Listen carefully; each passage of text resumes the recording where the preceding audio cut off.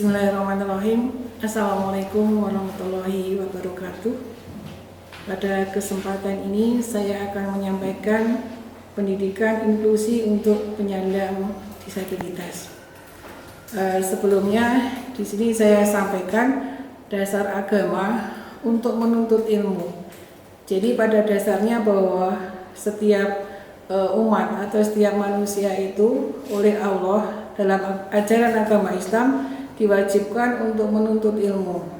Ada beberapa surat dalam Al-Quran yang menyebutkan, diantaranya adalah Al-Quran surat Al-Mujadalah ayat 11. Allah berfirman yang artinya Allah akan meninggikan orang-orang yang beriman di antaramu dan orang-orang yang diberi ilmu pengetahuan beberapa derajat. Nah, di samping itu juga Quran surat Al-Alaq ayat 1-5 yang artinya bacalah dengan menyebut nama Tuhanmu yang menciptakan, Dia telah menciptakan manusia dari segumpal darah.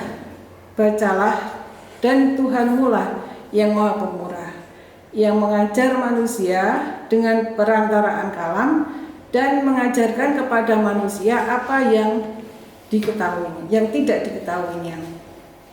Nah, dalam pendidikan inklusi ini, teknis layanan pendidikan jenis pendidikan khusus ini untuk peserta didik yang berkelainan atau peserta didik yang memiliki kecerdasan luar biasa dapat diselenggarakan secara inklusif atau berupa satuan pendidikan khusus pada tingkat pendidikan dasar dan menengah.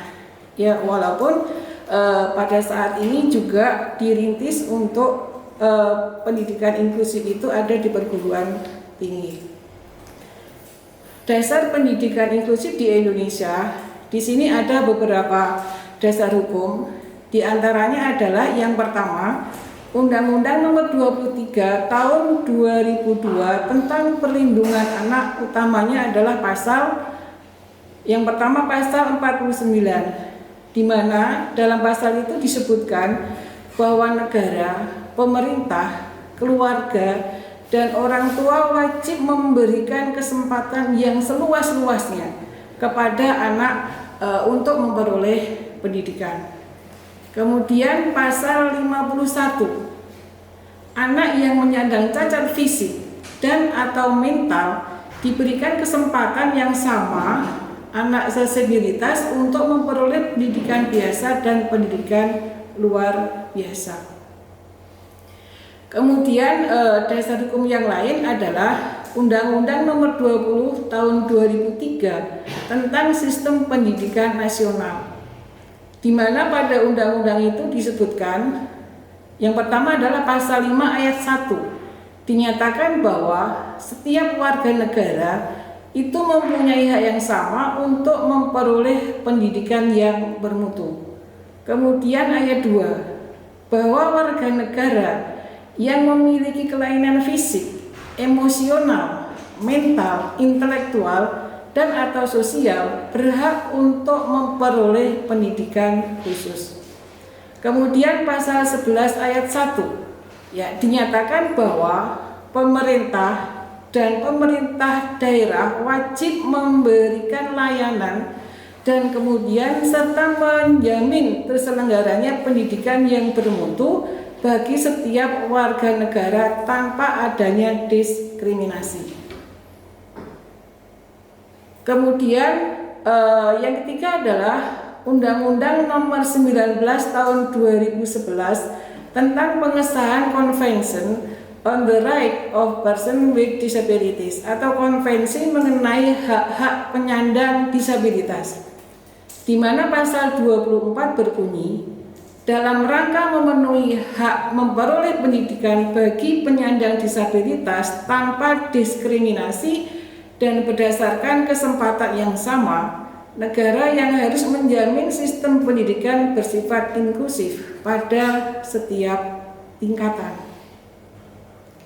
Kemudian penjelasan pasal 15 Undang-Undang Sikdinas, yaitu bahwa pendidikan khusus merupakan penyelenggaraan pendidikan untuk peserta didik yang berkelainan atau peserta didik yang memiliki kecerdasan luar biasa yang diselenggarakan secara inklusif atau berupa satuan pendidikan khusus pada tingkat dasar dan menengah. Kemudian berikutnya adalah Peraturan Pemerintah Nomor 17 Tahun 2010 Pasal 131 Ayat 2, di mana bahwa pemerintah kabupaten atau kota ini menjamin terselenggaranya pendidikan khusus pada satuan pendidikan umum dan satuan pendidikan kejuruan sesuai dengan kebutuhan peserta didik. Nah, kemudian ada juga beberapa dokumen internasional yang penting yang ini mendasari pendidikan inklusif yang telah disepakati oleh banyak negara termasuk Indonesia.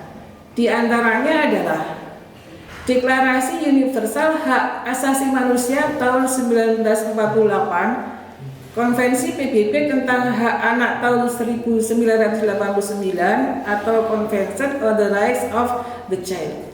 Kemudian Deklarasi Dunia tentang Pendidikan untuk Semua, ini menurut Johnson, Thailand 1990. Kemudian juga Resolusi PBB 4896 tahun 1993 tentang peraturan standar persamaan kesempatan untuk penyandang disabilitas. Kemudian pernyataan Salamanca dan kerangka aksi tentang pendidikan kebutuhan khusus tahun 1994 dan kerangka aksi forum pendidikan tahun 2000 dan mungkin ada yang lainnya. Ya. Jadi demikian ya. Jadi beberapa dasar hukum mengapa pendidikan inklusif di Indonesia itu perlu untuk diadakan. Saya kira seperti itu yang bisa saya sampaikan. Kurang lebihnya mohon maaf. Assalamualaikum warahmatullahi wabarakatuh.